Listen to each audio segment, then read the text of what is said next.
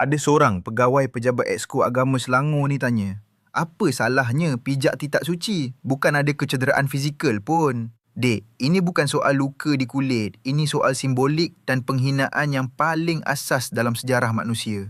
Kenapa sepanjang tamadun manusia, dari zaman Firaun sampai ke hari ini, perbuatan letak sesuatu di bawah tapak kaki tu dianggap menghina? Sebab tapak kaki adalah simbol tempat yang paling rendah. Kalau benda tu tak ofensif, kenapa orang bakar bendera atau pijak gambar pemimpin kalau nak tunjuk protes? Sebab kita tahu apa yang kita sanjung tempatnya bukan di lantai. Sama macam jalur gemilang. Setiap kali hari kebangsaan, kita pesan, kalau nampak bendera jatuh, kutip. Jangan bagi orang pijak.